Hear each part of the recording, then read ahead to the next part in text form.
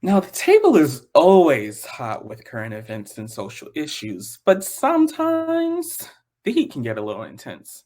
Let's turn the temp down, take a breather, and get into this week's topic cool down. Andre, what do you have for us? So I wanted to ask you, Daquon, is it ever a good idea to get involved with a DL man?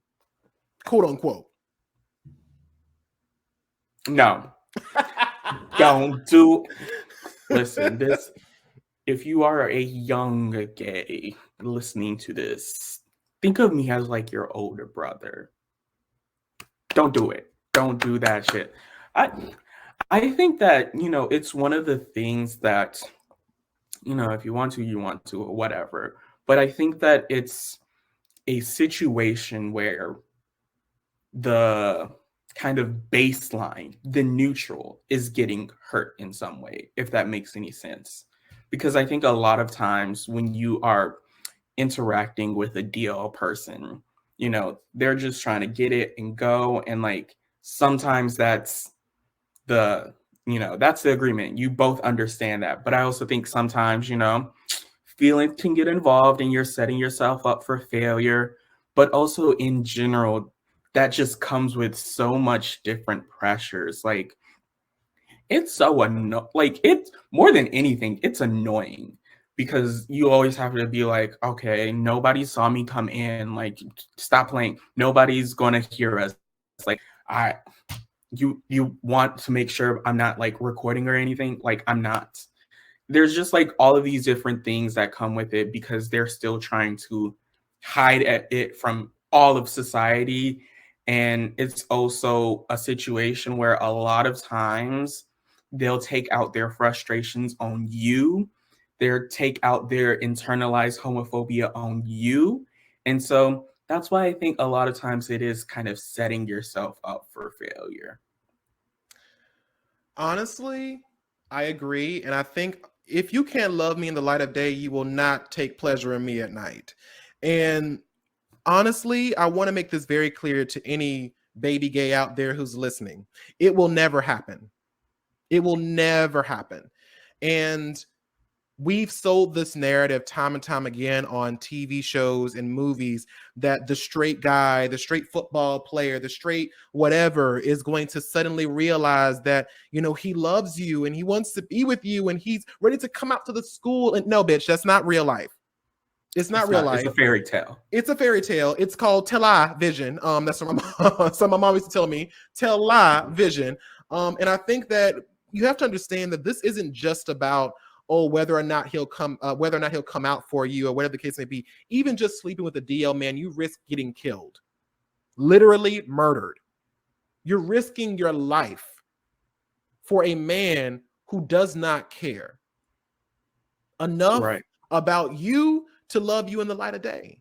And I think it's really a big problem because once you've established and are confident in yourself as a gay person, once you have come out of the closet as a trans person or whatever, and you've stood in that and you're like, this is who I am, I accept this, I am happy to be who I am, fuck the world.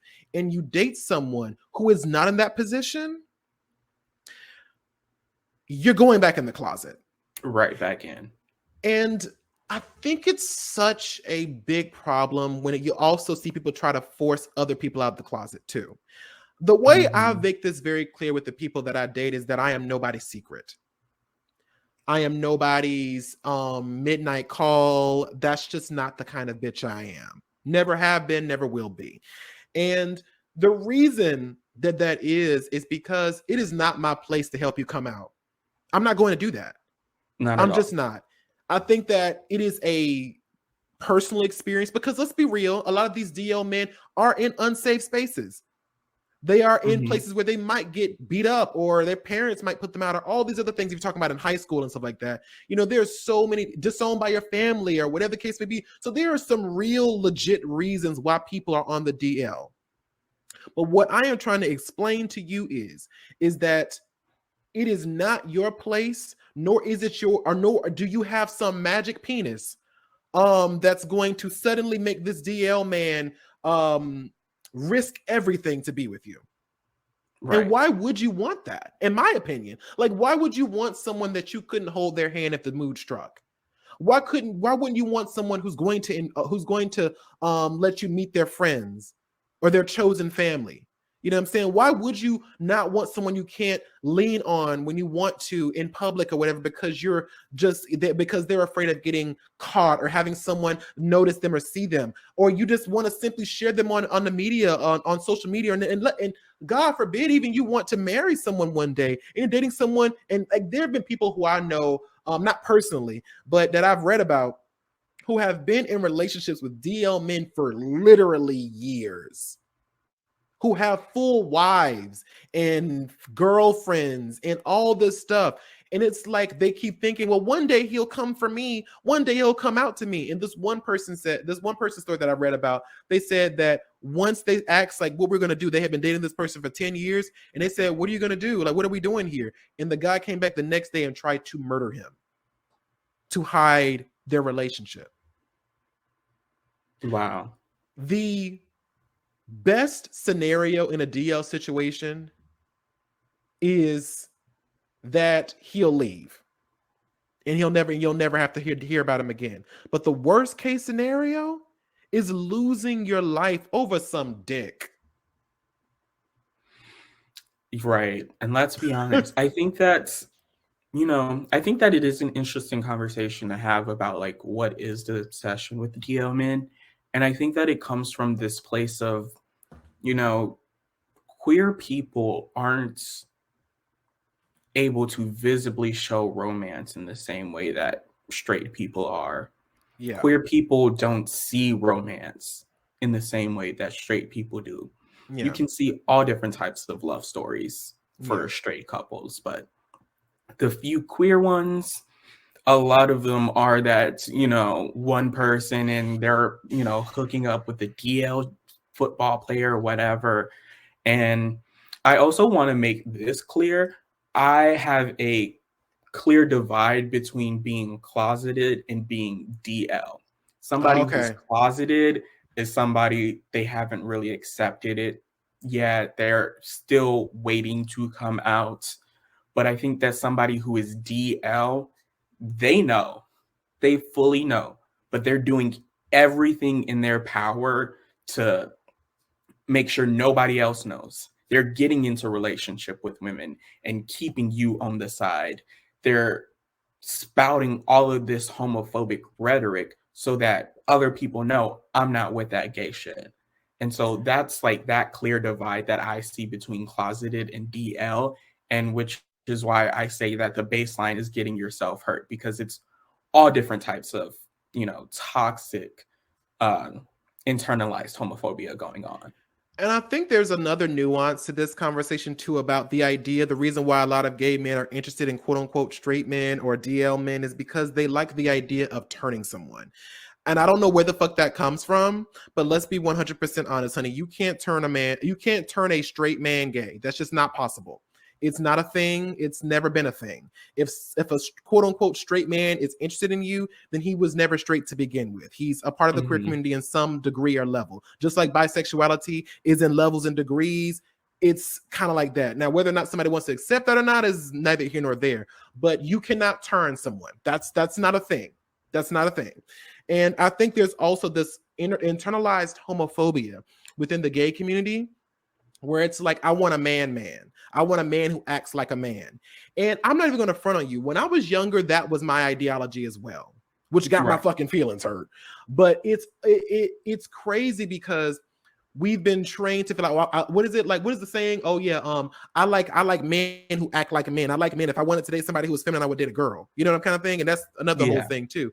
But it's like this idea of you want to date someone who identify or look straight or act straight. And why would you want that? Why? Like, what is that? What about that is exciting? What about that is thrilling? And like I said, as a kid, it's one thing. As a grown-ass person, no. Like, that's just not it. And I've had to kind of unpack that myself over the years as a teenager, as I come into my adulthood, of like, what is it about a feminine gay person that is unattractive? What about that is a problem? Oh, because they wear makeup, because they do drag, or because they, talk kind of like me. Like, what is the problem with that? And I had to realize that's internalized homophobia, because you're seeing what's reflected in you and you don't like it as well. Even though you might Right. accept yourself, you don't accept it in other people. And that's a problem. But it's a cool down. So I'm not. So We're not going to get into it. We're we're not. not going. That's warming up. We're warming back up. We need We're to warming just. back up. So now so many children grow up never knowing the full scope of what their culture has contributed to society and history. So it's time for a change. Let's take a pause, rewind, and remind the world just how we did that. Now, Alvin Ailey was an acclaimed dancer and choreographer who earned global recognition for his impact on modern dance. After honing his technique at the Lester Horton Dance Theater and acting as its director until its 1954 disbandment, Ailey wished to choreograph his own ballets in works that differed from the traditional pieces of the time.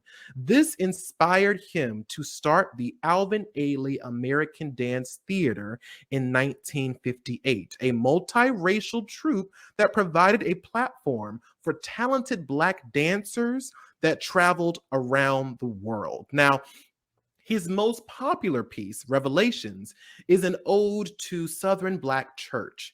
Now, Ailey died of AIDS-related complications at 58, but the company still exists today in New York City. Black people. Black people in the world of dance. Amazing. Her. Andre Leon Talley is probably one of the most recognized Black people in the fashion world. Talley was raised by his grandmother, whom he credits much of his fashion flair to. As a teenager, he found and fell in love with Vogue after finding a magazine in the library. He got his bachelor's degree from North Carolina Central University and a master's in French at Brown University. He started his fashion career as an assistant for Andy Warhol and went on to become the editor at large at Vogue in 1983, where he served for 3 decades. He constantly fought for diversity in fashion, criticized high-profile designers who excluded models of color, and served as a mentor for many POCs in the fashion industry, including Laquan Smith, Jason Wu, and Naomi Campbell.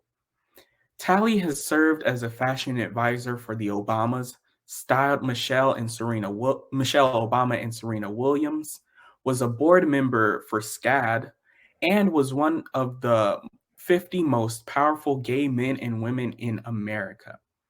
Talley passed this past January due to complications from COVID and a heart attack. I mean, Melanin Magic. Melanin.